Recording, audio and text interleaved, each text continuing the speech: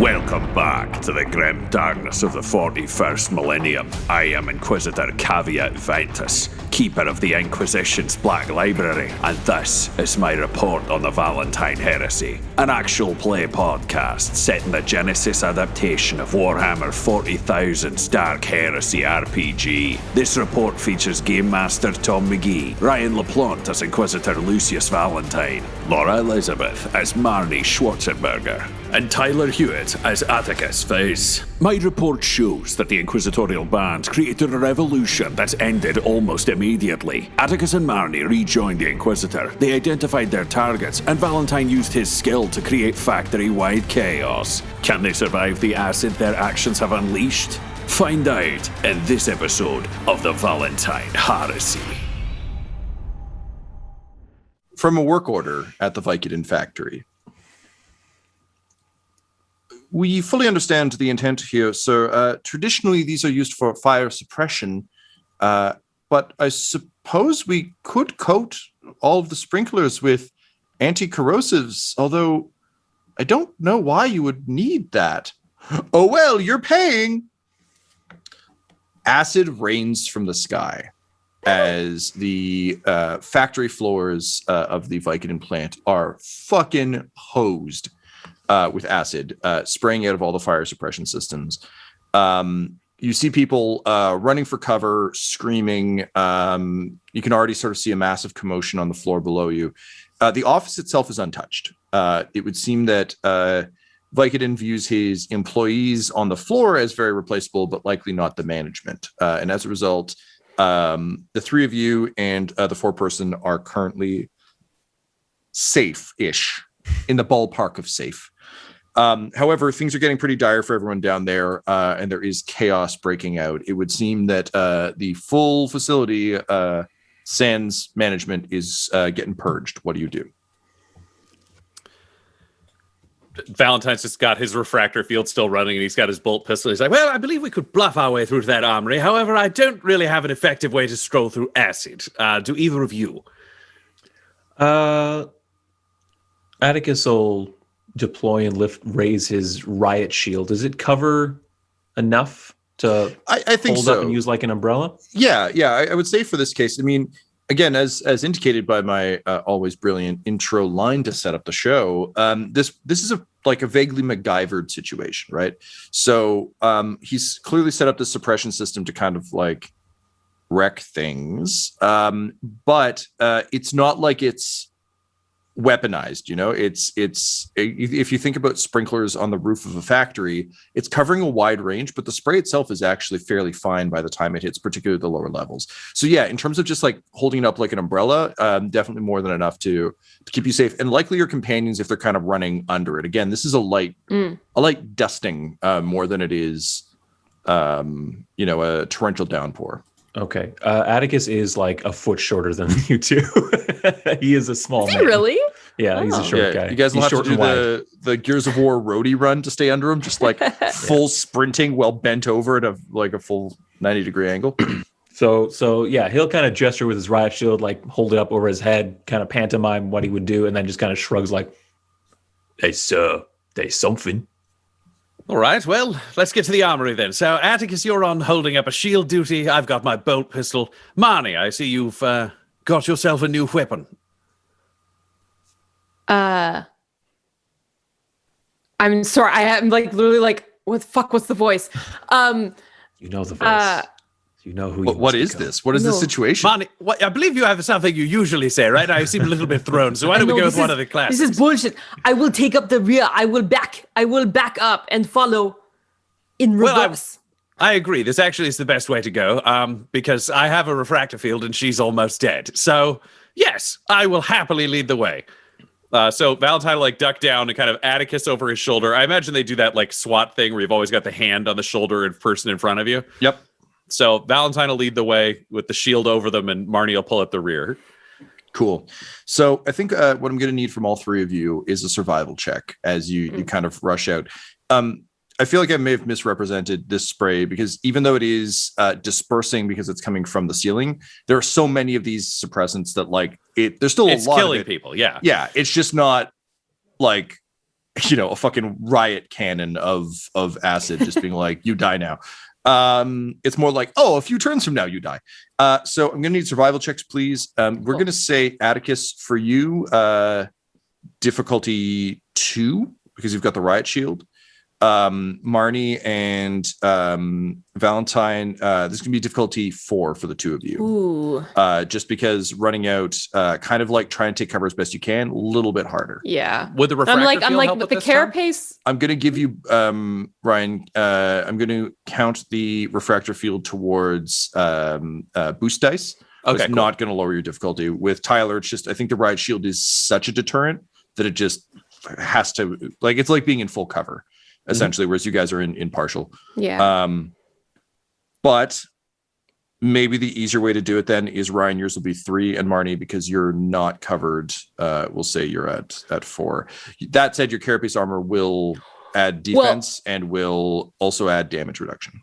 Yeah, I was going to say I have environmental adaptation, but I think that's more of like I can adapt it when planning for a hostile environment. This is not the time. For I can sure. use And that, also yeah. there would be a difference between stepping. You're absolutely right. Thank you for flagging that because that's just good for me to know. But if you were, for instance, entering a toxic environment, having that would be great. But this is less environmental and more kind of weaponized. So you've got your base level difficulties. The rest of the boosts and setbacks, I think I just have to do individually because Yep. Yeah. So Tyler, for you, honestly, I'm gonna give you a boost for being squat. You're the perfect size for this, to be like huddled under a shield, able to move low to the ground without, like, as a tall dude, like I fucking suck trying to move at that height. But as like a little like Wolverine motherfucker or Puck from Alpha Flight, like you got this. Yeah. So boost dice for just your height and size. I think that's probably it. Marni, sorry, Laura, you were gonna say something? No, I was just wondering if Marni would be using like a coordination rather than survival to get through this. If that's something that she could do, only because this is very like, make your way as quickly as possible through like a kind of like escape situation. Yeah, but that's okay if not. I'm just thinking about it because you're right. The question is, with the way I'm imagining these sprays, there's enough crossover that there isn't a lot to dodge. But I would kind of buy the running in the rain kind of thing where you're just like juking left and right and like kind of booking it to cover as something that might be potentially beneficial. So sure. And Ryan, if you want to use coordination as well, I don't. Thank you.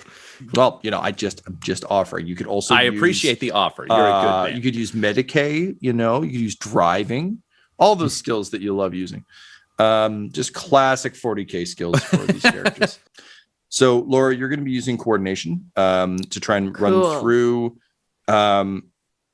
I am going to give you a setback based on the way you've described it. You're going to kind of be running like someone who just got caught in the rain, trying to get to like a door frame, which means that you won't really be watching your step. So I'm giving you one setback for like uneven footing, the acid burning through the floor, and like it's going to be all slippery slidey. Fair. That said, I am going to give you a boost for your armor. It is corrosive enough to start to eat through it, but not, it's like water resistant fabric where it's like, it's not an immediate thing. You can see it hissing, but like you'd have to be under a concentrated burst for it to really get through. So really any damage you might take is more from like getting in through the neck and the cracks in it rather than Gotcha. eating straight through it.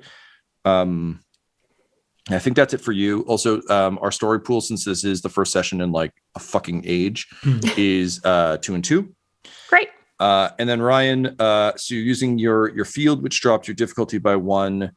I'm gonna this is strange, but I'm gonna give you a boost for your bionic eyes. Okay. Not being worried about acid getting in your eyes means you can actually likely sight your way to things a bit easier. Also, I'm imagining your optics likely give you a cleaner cleaner view of things.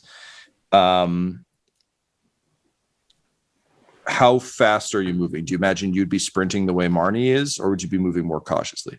I mean, he's moving at the speed of the shield going with him. Like, the idea of sprinting is kind of like, how fast can Attikus run? Right. And are you trying to hide under the shield as well? Okay. Yeah, because we said it might be big enough to cover us, so he's using Attikus as a human umbrella. I see. Okay. Sorry, I misinterpreted what was going on there. With that being the case, then all of you roll on the same. I'll say 3 for both of you because you're half under his shield. 2 for Tyler. Laura, I'm going to leave yours the same because I think Marni would be moving quickly and not like I think based on your bulk, it'd be kind of like a head down under the shield, rest of the body exposed like fucking Flintstone twinkle toesing along the side. Ryan, you still get your boost for the eyes. In this case, since you're both going off of 3 difficulty, I'll give you a boost for the refractor field. It's not really built for this, but it's just enough that some of the acid's like sputtering off the shield. And I think that's it. I'm not going to spend any story points on this because this is just an environmental check. Cool. Alrighty, let's roll. Rolling. Oh, 3 advantages, 1 failure for Marni. 2 advantages, 1 failure for Attikus. 1 success for Valentyne. There you go. Okay, interesting. Okay, so the 3 of you take off out of the office, running along the one of the sort of elevated walkways. We're going to say this is on the other side from the way you came in. So kind of heading towards the service elevator that can take you all the way down to Ductavi's office. As you're running, though, you're making good time. You can see workers kind of panicking. You think you can hear the 4-person as she kind of drifts in and out of consciousness for being shot, like barking orders to like basically for security protocols and like trying to get countermeasures out. But again, they weren't prepared for this. There's no. It's not a fire. Like, it's not like, just grab the fire extinguishers. It's like, okay, now I'm just holding a fire extinguisher while being eaten by acid. You can see people running around. There's no sign of the skull crawlers. If you were to venture a guess, they're likely in a similar situation to what you were just in. By being in one of the VIP sections, the odds are good that they aren't directly exposed. Be real strange if Vicodin was like, oh, quick, I need to burn everyone on the floor. Ah, shit, the Emperor was here. Oh, God. In his case, he'd be happy about it. But like from a general planning perspective, it'd be harder to justify. So you guys take off. You're running along. And then you can see the doors of the elevator kind of up ahead. Unfortunately, Marni and Attikus, being heavier than Valentyne, the gangplank starts, or the walkway begins to kind of bend under you as the metal is just being eaten away by the acid. It would seem that these walkways aren't as sturdy as some of the other admonishments down below. That's not the right word, but you know what I mean. The metal shit down there is hardy. The metal shit up here, not so hardy. Valentyne, being a little bit more spry, you just keep running and you're able to make it to the elevator. However, Attikus and Marni, the gangway begins to fold under you, and you hear it snap. So in classic Indiana Jones rope bridge fashion, it begins to swing kind of with a screech of metal downward. So it went from being something you were horizontally running along to something you're going to need to vertically climb. What I need from both of you, please, is let's go with, I think probably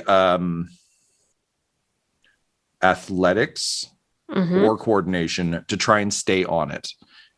Because of the way it's breaking, falling from here won't do as much damage as if Attikus had gone up and over earlier.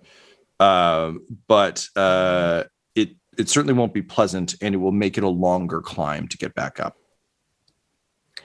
Yeah, I'm going to go with coordination on this because I think she's smart in her movement. Sure. Like, she's not just trying. Yeah. Cool. And Tyler? I will begrudgingly take athletics for my extremely strong soldier man. I'm sorry, buddy. One day we'll find that rainbow road. that you've been looking for with him. Cool. So great. Tyler, you're using your big smashing arm. So this is going to be a difficulty 1, just because I think you're doing the same thing you did before, which is less trying to catch something and more just crumpling it like just tinfoil. putting my fingers into it and holding it. Yeah, exactly. So difficulty 1. I am, however, going to give you a setback for the fact that the metal is weakened by acid. Normally, if it was solid metal, this would be easy for you. Just crunch, you're good. Here it might be like squish, pull, fall. So we'll need to see how that plays out. I'm also going to give you a boost for being lower to the ground as you were running, since you were kind of like actively holding the shield up.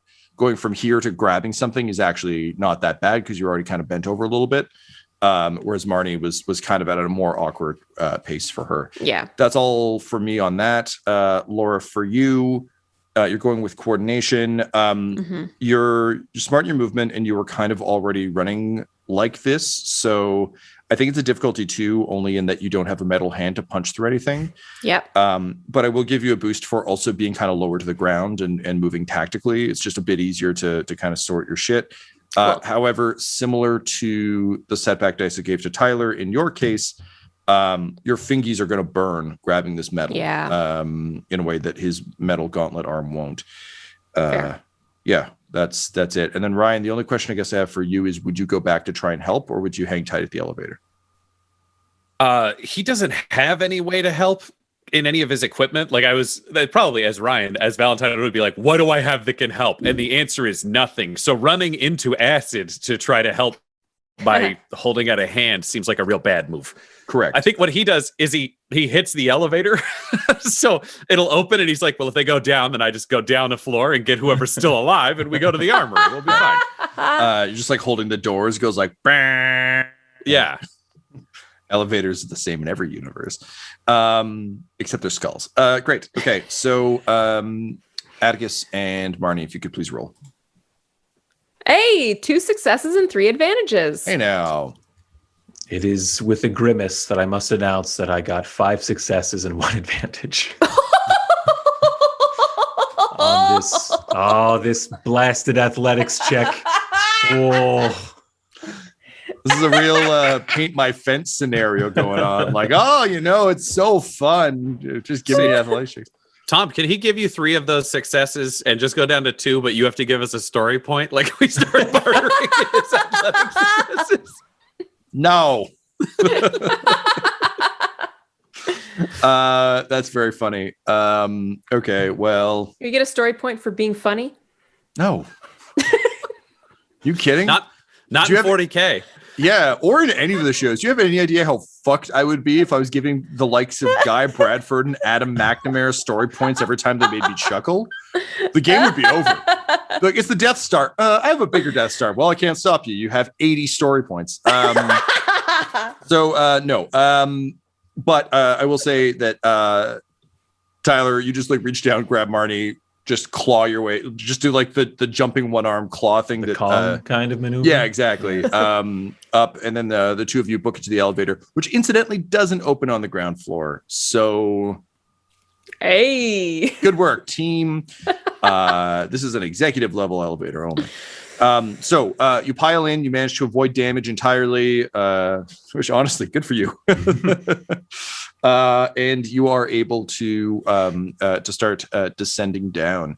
Valentyne, having just observed this and being kind of the tactical guy of this, would you try and give them any advice?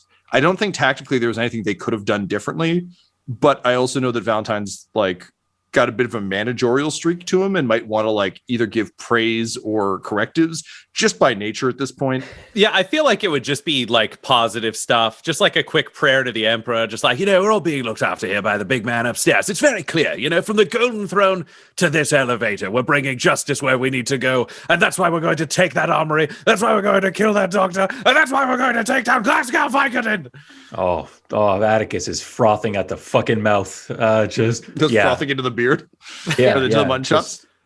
Yeah, he's getting that kind of talk gets him like super hyped up. I'm like on a knee, like making the sign of the Aquila, like raised above my head. Like it's Yeah, a he's good like a moment for Viking Marni. berserker. He's like smashing his shield. He's like, What Ryan? What completely misplaced elevator song is playing as this sign of fanatical devotion to the Golden Throne occurs? I think it's that classic like ba ba da da ba ba ba da, Like a bossa nova. ba ba da ba ba ba da, Girl from Girl from Ipanema, Ipanema. baby. ba ba ba ba da ba. Ba, ba, ba, ba, ba, ba, ba, ba. By the Emperor! Yeah. When the elevator doors open, it'll be a very Deadpool moment. Yeah. Amazing. Great. So the elevator descends past, you can see sort of through viewports that you pass the service floor. Sure enough, you can see a bunch of the factory workers like banging on what's clearly the sort of VIP entrance that the Skullcrawlers went through. And then just as that sort of scene disappears from sight, you just see the flash of las pistols as they are promptly dealt with.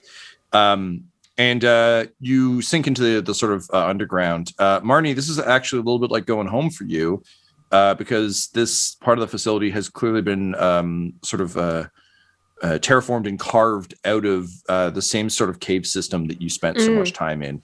But in a much more like Bond villain way, where it's been, polished down. Yeah. There's still the exposed stone, but it's much classier. Elevator door opens. You all have your guns out, you're ready to go. And you find a long, well-appointed hallway. It is a little bit like an underground bunker. So it's kind of got that arched ceiling situation going on. Similar to an old Fallout bunker, there are clearly stenciled directions on the walls.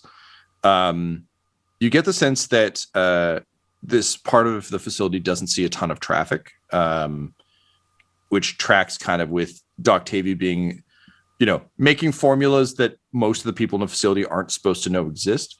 But you can hear the sounds of shattering glass and shouting in the distance. So this tunnel moves ahead, and then it kind of breaks at a T-junction. Based on the kind of colors on the floor and the walls, you can very clearly see one leads kind of back up to the VIP area where the Skullcrawlers are. So that's to the right. To the left is the sort of leads to Doctavia's lab, as well as the Flavor Emporium, which is a sign that has been hung under the stencil with some degree of mirth. Cool. Tom, is the armory down here as well, or is the armory elsewhere? Just if we're looking to tank up. The armory is, there are indicators to the armory as well as the sort of vehicle repair bay. They are one floor down from here, but they are not accessible by this elevator. Based on what you've seen, love it. Yeah, well, also based on what you've seen, Ryan, of the facility, you could, from what you can see, you could likely actually make it to the armory and loop back up for the doctor. But you get the sense that management is meant to have access to a certain part of the building, but clearly Vicodin is keeping like the good shit far enough away that if exactly this happened, there's a lot of buffers between people and the armory. So yes, if you do want to, because you did want to go to the armory first, if you do want to get there, you can try and stealth through, but if you want to kill the doctor on your way. If the doc's here, I think Valentyne would just be pointing to the doc. Like it would just be like, keep the guy with the shield out front, kind of use him as walking cover, kill this fucking doctor, and then we can bail. Sure. Okay, great. So listening to the sounds of chaos, you begin to make your way rapidly kind of through. Again, at this point, you're in a bit of a fervor. Also, as is always the case, after having to stealth around for so long, particularly for someone like Attikus and someone like Marni, just being able to be in kind of like a tactical assault situation feels so much more natural. Oh yeah. So you're both just kind of like booking it down the hall.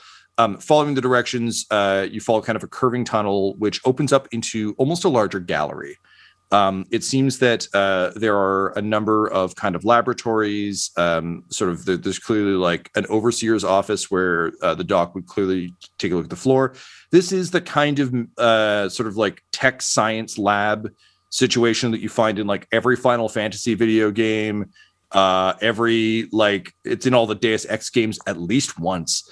So a lot of like mechanical arms, large tubes from the floor to the ceiling, dissection tables with orcs, bits of orcs on them, but as well as just sort of tasting stuff you'd see in a distillery. You know, there's like a number of tasting stations and like places where they're trying to distill flavors and all sorts of other weird shit. Beyond that, there are kind of on the left wall, you can see sort of in the distance, there is a big conference room. And on the right are kind of individual labs. That said, between you and that is a massive barricade of metal examination tables and expensive looking gear, which again, being 40K is all very industrial. So it's not like a slick modern lab. It's like what you expect to see building a car. Just like those pistons everywhere, big sort of heavy metal things, does not look particularly precise, which of course would be very unfortunate for whoever was on the receiving end. But it would seem the lab technicians have barricaded the entrance to the labs, and in front of them are a bunch of employees who've stripped off their robes and are just horribly acid burned. And there's just a bunch of them like full on like clawing their way over, trying to like get into the lab for medical assistance. They haven't noticed you yet because there's obviously all this going on. The lab technicians have a bunch of like drill arms and saw blade arms just swinging wildly to keep people away from the barricade. But you can see the crowd is pretty desperate. The acid is continuing to eat away at their flesh, so they're in bad shape. Beyond them, you can see sort of just at the very top of the arch, you can see into the lab itself. And in the overseer's office, you can see a man with 4 robot tentacle arms, just like marching back and forth, stroking his long beard with one of the robot arms while drinking a tea with the other. Who could that be? His name is Kevin James. He Dr. is Septavius. Yeah. Professor Glavius. No, yeah. So just clearly kind of working away. That said, again, cannot stress this enough. 40K arms. So none of this slick Spider-Man shit.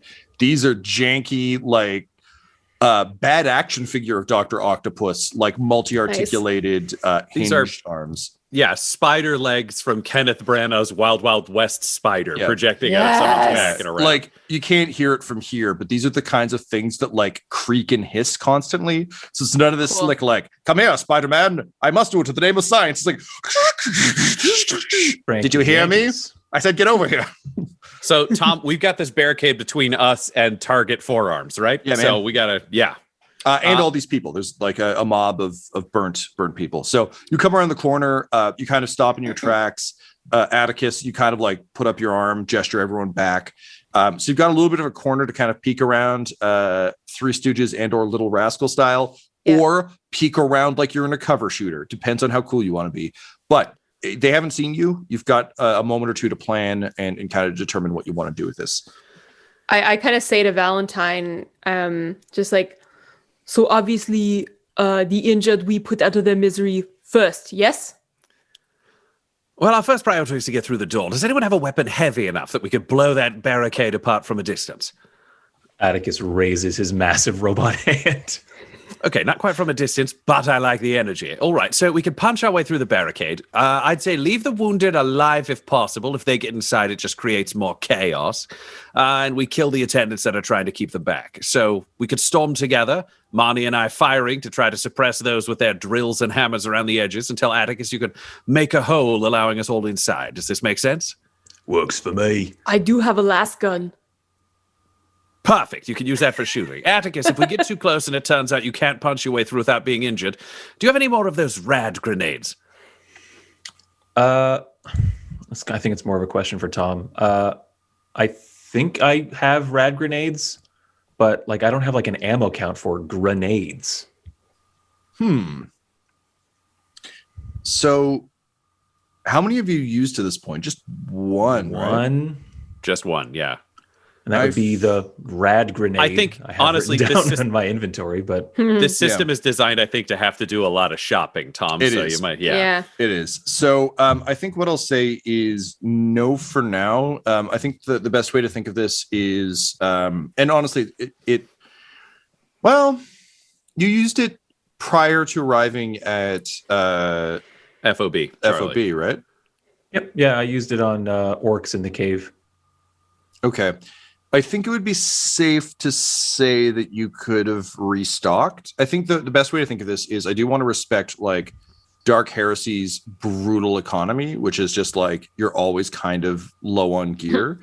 But I'm also okay to kind of treat this a bit like a roguelike and be like, look, you have bought a grenade. So if it makes sense for you to have been able to replenish that one grenade, you can. If you wanted more grenades, that would be a different conversation. You'd have to buy them or steal them. But the stuff that you've already bought, if it's reasonable, you could replenish it. You can. Okay. Marni's gear is highly specialized, so it's not something you replenish. But Yeah. if it's like grenades in FOB Charlie seem like a thing that would just be there for requisitioning. So Yeah, and it's not standard, so it feels like something Attikus would have to cook up for himself anyways. oh shit, yeah, that's true because they're not standard issue grenades. No, they're rad Tyler, I'm going to say grenades. for now you don't have one. I don't think there's been enough time. I've got in parentheses used here on the grenade. Great. So I'll So- not. Keep it that way. I think what I would say is if you're able to requisition another grenade at some point, you could cook it to be a rad grenade. Okay. But in the meantime, no.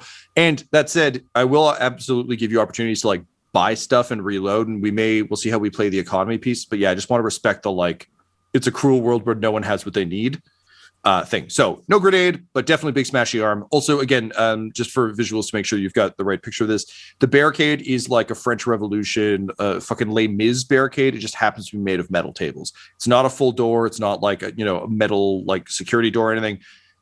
They couldn't get that up in time, so now they've just thrown a bunch of tables and shit and driven their robot arms up to slice stuff. So definitely something that you could punch through.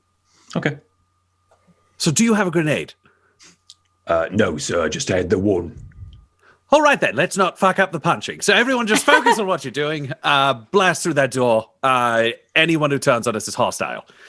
Yep. All right. And I say, is everybody ready?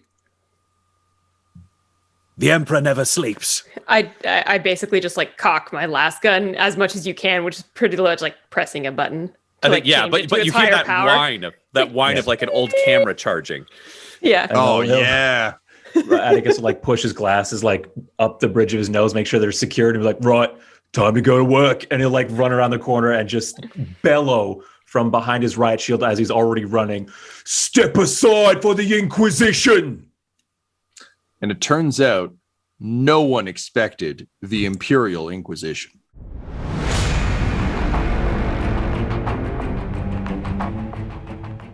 From the journals of Doc Tavy. But 2 arms, they are not enough. One could do so much more with 4 and could do so much something with 6. I will have to come back to this, but yes, 4 robot arms, 2 human arms. It is what the Emperor would want, I think. Yes, that will do. Will not call myself Doc Oxo. That would be just 2 on the nose. Doc Tavy. That has a ring to it. Attikus, you are doing what you love best, getting ready to punch. Yep. You are leading the charge, fist first. As you would expect with any kind of mob situation, the people at the back notice you immediately, and we're kind of the least densely packed, so they just clear the fuck out. And more people start spreading, but it is the people up front are like kind of like dodging these robotic arms. So one of them definitely does not get out of the way. And That's too bad. I mean, honestly, it just means that you've got, it's like wrapping your gauntlet in a glove. You just aren't going to scratch it up when you hit that table. Yeah. Go ahead, please, and roll me a melee. I believe you're melee heavy. Is that correct? It's actually light. Fair enough. So give me a melee light, please. Difficulty 2, because it's a melee attack. Mm-hmm. I'm going to give you a boost dice for momentum. Like you've had a long lead up to this, and even just the one guy in your way isn't really much of an obstacle. I'm going to give you. Well, actually, I'll give you. It's not quite a devil's bargain. Would you be trying to avoid the medical tools, or would you be solely focused on punching through the barricade? Punching through the barricade. Okay, so no setback for trying to avoid the tools, but you run the risk of being damaged depending on your roll. What benefits does the actual fist itself provide you, if any? It does have something called breach. Ignore vehicle armor for each point of breach. And I have breach 2. So I'm assuming that would apply to barricade armor as well. It would, yeah. And this only has breach 1 because it's metal, so it is like hardy and a little harder to get through.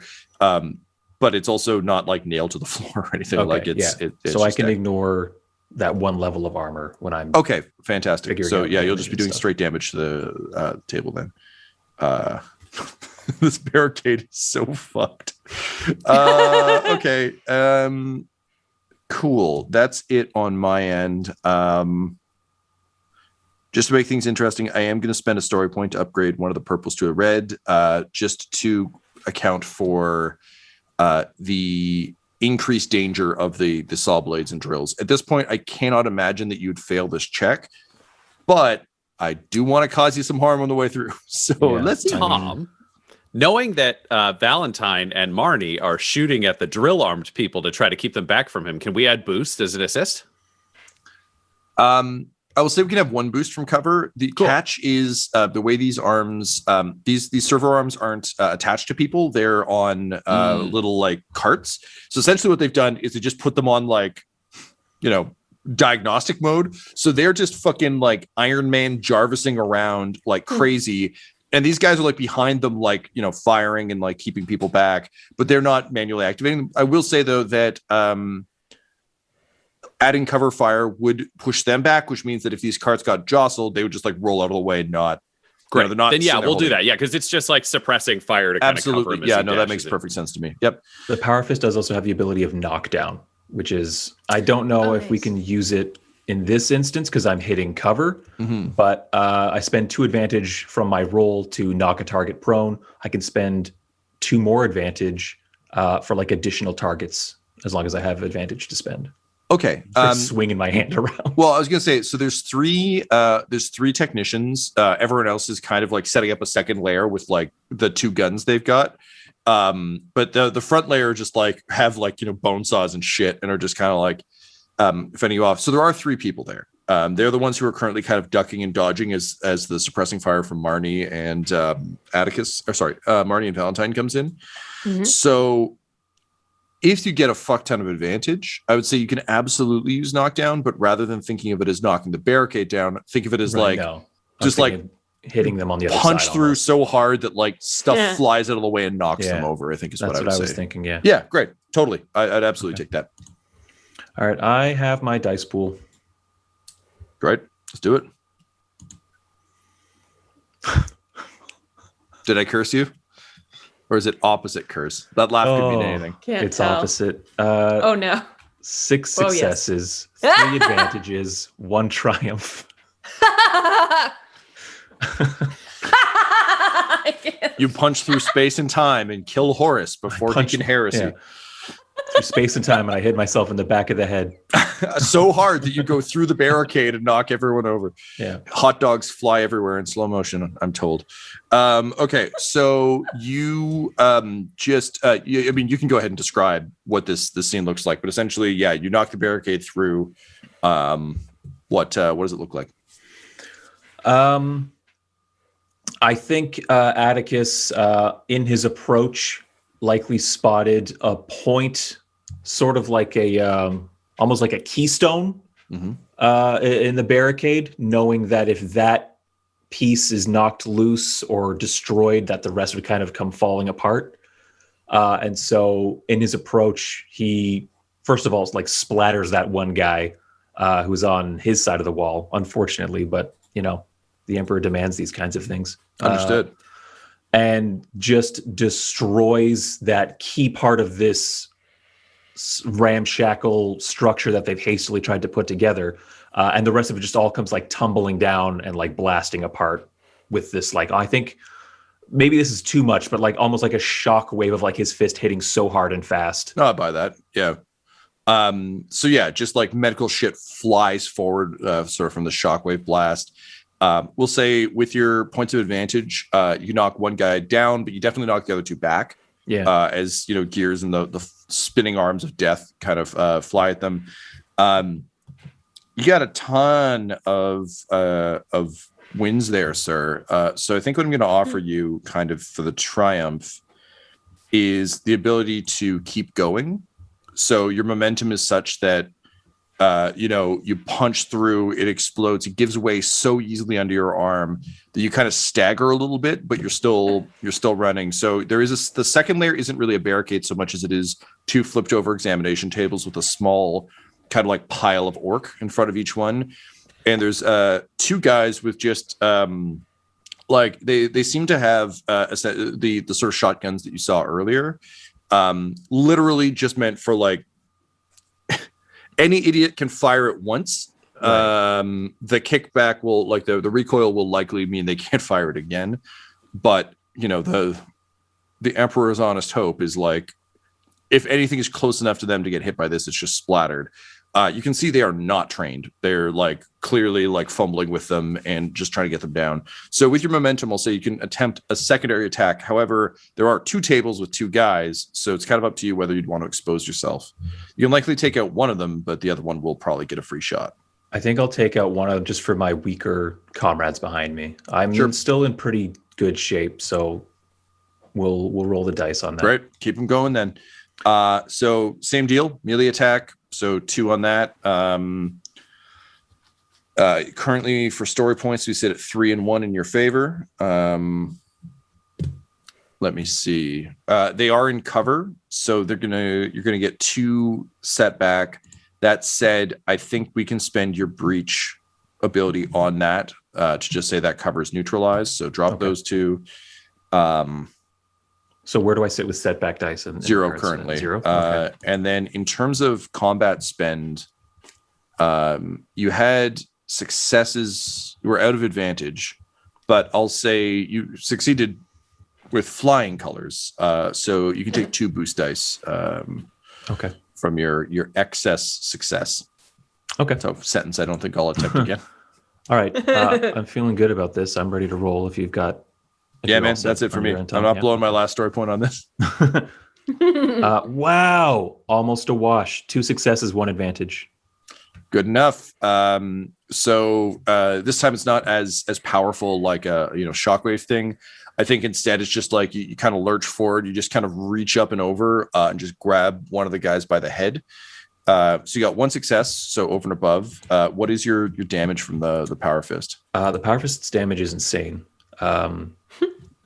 It is 16. Plus 2, so what? 18.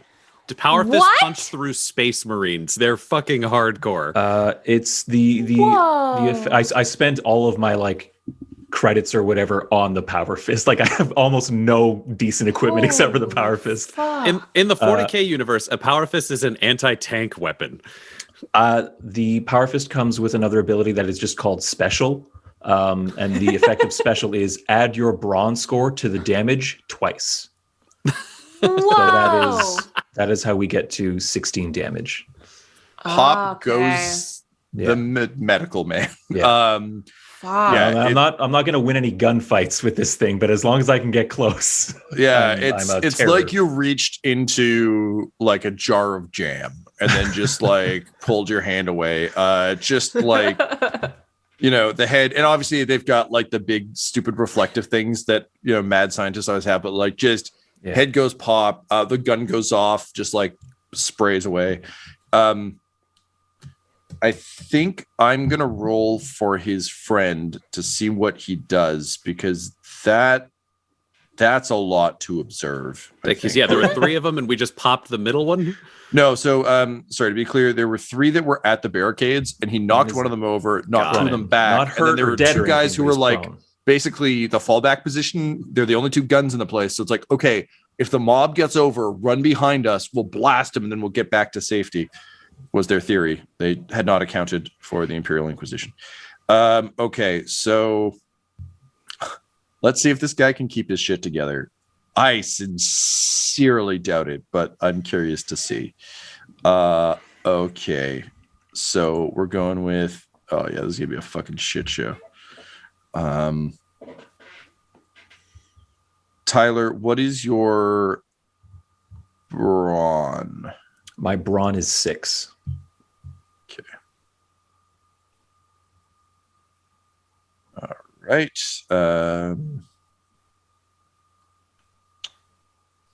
Yeah. Wait, what?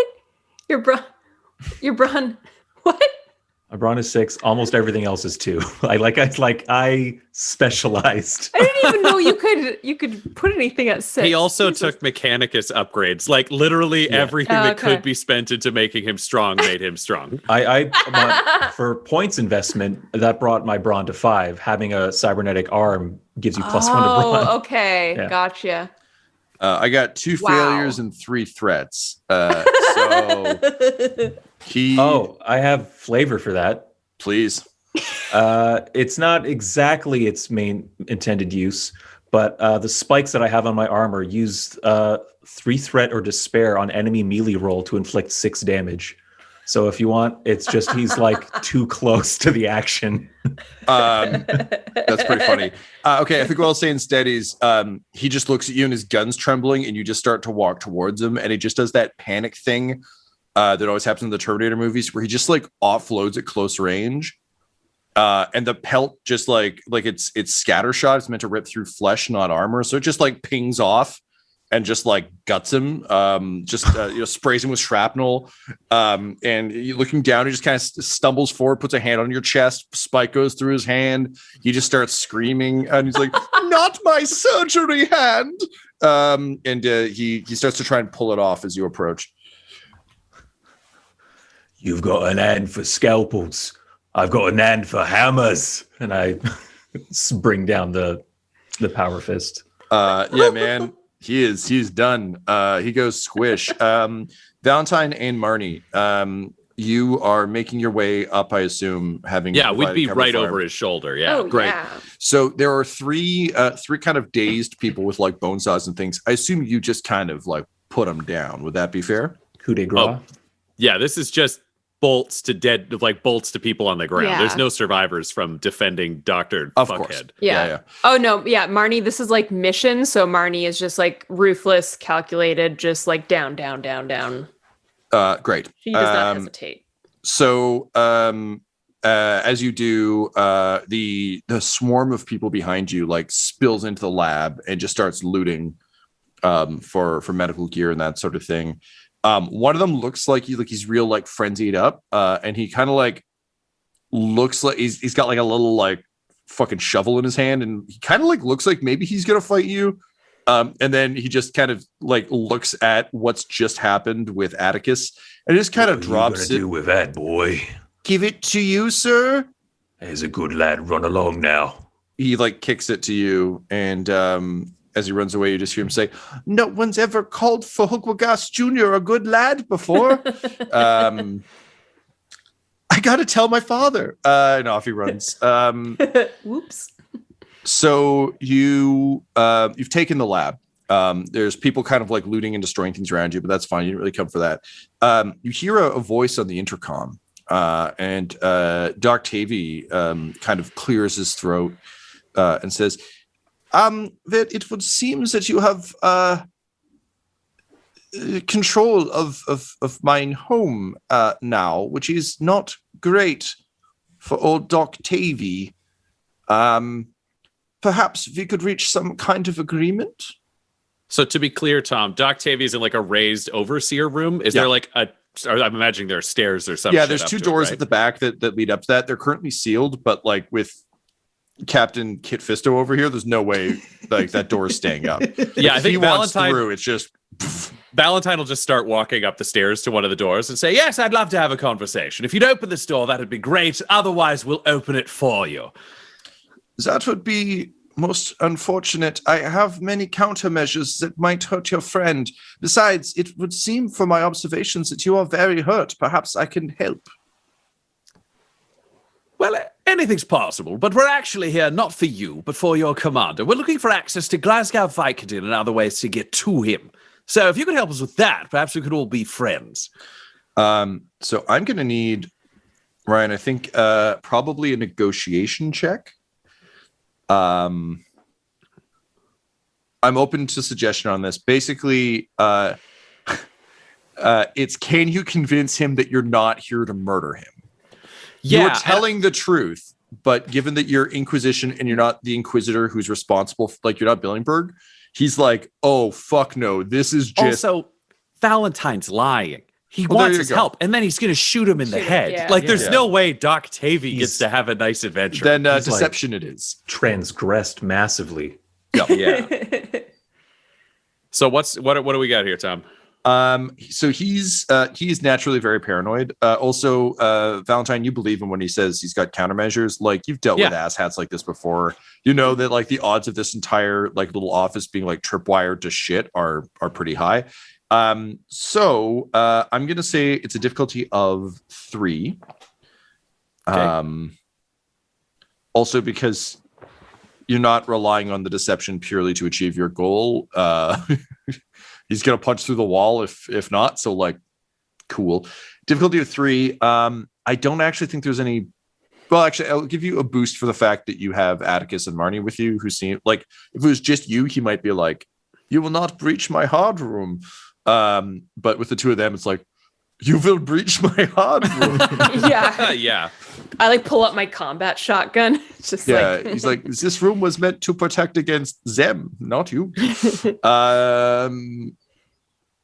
I think that's probably it. Yeah. Alrighty, let's see what happens. 1 success, 1 advantage. Okay.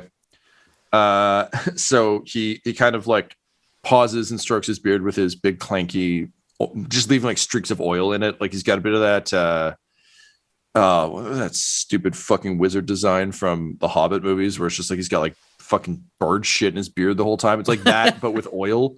So it's just like a gray beard streaked with oil. And he tries to do the Pai Mei thing and throw it over his shoulder, but it just gets stuck halfway because it's just covered in like motor oil. And slaps wetly on his shoulder. And he's like, the arm isn't dexterous enough because it's all like shitty 40k servos. So it's just like going at him and he's trying to remain dignified, but it's basically just like having the Swedish chef work on you. And he just says, given that I assume you are going to kill me regardless, it might be to my benefit to make this as easy on myself as possible. So, yes, I can get you to Mr. Vicodin and perhaps can help ease some of your wounds if you promise me a quick dispatch when you are complete. You have my word as an Inquisitor that it will either be a short dispatch or I will find another use for you, allowing you to live. I was afraid of that. Fine, you may enter once I get my fucking beer to behave. And eventually just kind of cranks it back down to where it was. And one of his arms like cranks out and you can see that there's a number of dents around the door opening button. And his servo arm just like, pecks at the wall a few times and then finally hits the button and hisses open. And you immediately hear like several devices power down around the door, sort of like reverse breach charges. And he just says, well, come in. If we're going to do this, we might as well be comfortable. So inside, there are just like orc bones and skeletons and mysterious vials with all manner of liquid. And it's part lab, part office. Like there's obviously the overseer's window, similar to the one that the 4-person had. But also, you get the sense it's also kind of like a sommelier's room. Like there's like decanters. There's like a very nice, big, heavy wooden table with like, it doesn't seem to be set for anyone. It just seems to be where he samples the wares. And you get the sense that in addition to being a mad scientist, he also really is the mastermind of the various flavor profiles. You see like a giant jar of honey, where he's clearly been coming up with like the more recent ones. There's like a little bowl of cinnamon. There's like some withered tropical fruit that's clearly been imported, frozen for a long time, then thawed, because like I got to imagine 40K food importing is a fucking nightmare. But like he's clearly trying some things, and he just says, "This is my life's work. I would offer you some, but I suspect drinking of the Xenos is against your code of conduct, Inquisitor." Correct. I would pass at this point. This is Marni Schwartzenberger. She's injured. I'm going to need you to make her significantly less injured. And he'll just gesture Marni forwards and then kind of look to Attikus and also gesture forwards in a like, watch what he does to her kind of way, with then a little like just splat hand, just if necessary, like if things go wrong, squishy the tech priesty. Yeah. The priest, I think, is acutely aware of like the shadow of the hand looming over him. Yeah, at this point I think there's he's resigned to his fate, so there's an interesting like air of annoyance about this whole thing, which is just like that classic like cowardly hench person who knows their shit is done, who's just like, yes, I get it, you're very spooky, it will hurt a lot, I don't want to be squished, but perhaps I'm not trying to be scary. If you're scared of being crushed, that's on you. Yes, well, if I had any therapy to come in my life, I would perhaps unpack that with a servo therapist, but I doubt I will be talking to skulls much longer. And he kind of like, you can see he's trying to put on the front, but like the sweat is just like soaking into the long beard, and he's just constantly darting his eyes over to you, and you're like not necessarily even doing anything. He's just like, the fact that it's in the room, it's like a loaded gun, right? Except this is a universe where everyone has a gun, so this is just the gun of that universe. And also, given that he has servos, it's not just I saw what you did. It's like, no, I know exactly how much centrifugal force this can make.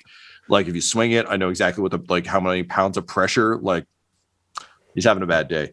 Marni, I guess my question to you is, how willing are you to be treated by Doc Tavy?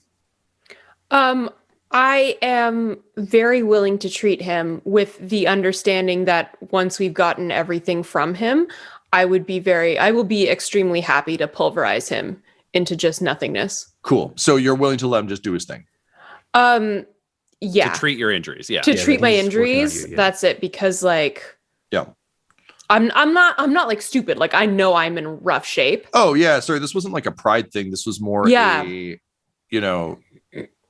just I mean, it's funny, off air we were talking about like getting needles for vaccinations and stuff, and it's just like, how much do you trust the guy who can't flip his beard over his shoulder because his arms are too greasy and can't push a button to work on you? You're still going to let him work on you. I'm asking just because I'm trying to put together my dice pool, and I'm curious if you're like squirmy about it, or if you're just like, if this is going to happen, I'm just going to sit here, let it happen.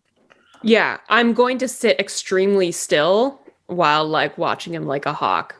Just like staring at, just like staring unblinkingly. Yeah, I think does it. Valentyne will be over by the window, just kind of watching to see if any other company comes in through the door to the lab, because they do not want to get ambushed while Marni surgery is happening. Yeah, so more workers are filtering in, more of the Viking implant workers in various states of like burnt robes. A lot of them, their faces are so acid burnt that the V that had been branded into them is gone. There's a lot of like Spawn looking people and Deadpool looking people coming in, if that makes sense. Okay, I think I've got my dice pool. In an odd turn of events, I'm going to spend a story point against myself to upgrade one of these to make the surgery more difficult. And off we go. 1 success, 1 threat.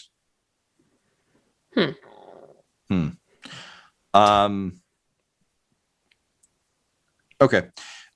So Laura, what is your current wound situation? I am wounded. 14 of my 16 wounds are wounded. I don't know how to say that. No, I didn't know how to ask, so it's cool. We're just muddling. We're just failing forward together. I have 16 wounds before I die, and I have 14 right now. Understood. So how many wounds do you have left, Laura? 2? Yes, I have 2 wounds left before That's the you go easy by. way to say it. Yes, thank you. That is tremendously helpful. Given that I only got 1 success and he's kind of operating under some pressure and some anxiety, Laura, I'm going to say he heals you up for 4, so bring you to 6. Well, that's nice.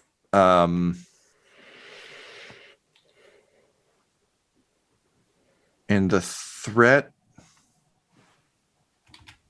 I think we're honestly just going to ignore the threat. It's only 1, and you guys are just going to kill him. So there's not a whole lot we can do with that. Yeah. Oh, actually, no, I lied. I know what the threat is. Valentyne, I assume you'd be kind of like searching the room while this is happening. Yep. You're looking, I imagine looking at recipes that are meant to be made with Xenos is well, I mean, I guess this is a question for you. How does Valentyne view heretical documents? We've talked a bit about chaos, which I think would be a completely different beast. But is it with is it a like, I feel like Eisenhorn often approaches these sorts of things with kind of a sense of like professional curiosity and detachment, where he's like, I must look at the evil, otherwise I will never be able to defeat it. Is it that? Is it repulsion? Is it curiosity? Is it, you know, like someone left a porno mag open and you're like a teenager trying not to look at it, but being like, is there nudity? Like what's the vibe? I think he thinks that, well, I think he would treat heretical documents like in terms of chaos, because he has some points in forbidden lore. Like he's actually pretty knowledgeable about the dark side of the universe in his studies, because I think he is a bit of an intellect in that sense of like collecting knowledge. I don't think he's horrified by it, but he's aware of its moral implications, and those he finds disturbing, more so just that someone would do this, someone would lie about this. These Xenos are innately dangerous, only he has enough evidence that it's not just blind ignorance thinking that. Yeah. He also sees these documents or anything like this as a danger to the population in general. Like he's okay with it. Yeah. Okay, but it's deadly for everyone else. Perfect. So with that, I think it's very much like moving the documents aside, seeing kind of what everything is. And you find amongst all the papers, there is one that's in a crimson folder. So it's a crimson leather with kind of gold inlay. Those little like gold corner pieces, just making it a little extra fancy. But you can see that like he's a meticulous note keeper, and obviously with the way he's arranged the table and the sommelier gear, he clearly takes a lot of pride in this, and there's clearly a hobby and pleasure in this. So it's not completely out of the normal or out of the ordinary from what you've seen. That said, it does kind of stand out because everything else is a little bit more. Everything else is kind of in like a black leather folder, if anything, whereas this one is in this like extraordinarily fancy one. Great, he's going to read that shit then. This is all about working his way up. You open it and you see 2 different scripts, one that you recognize as the doctor's, and one that seems to be adding notes to it. If you were to guess, it'd be Glasgow Vicodin's hand. It seems to be an extraordinary conversation around a flavor palette of a beverage, a new beverage that they're developing together. It seems to be called the Golden Elixir. And as you trace your eyes down the page, you're immediately thrown back to your vision. The vision you had of someone sipping from the skull of the Holy Emperor. You realize they're talking about the potential flavor profile of the God Emperor's brain.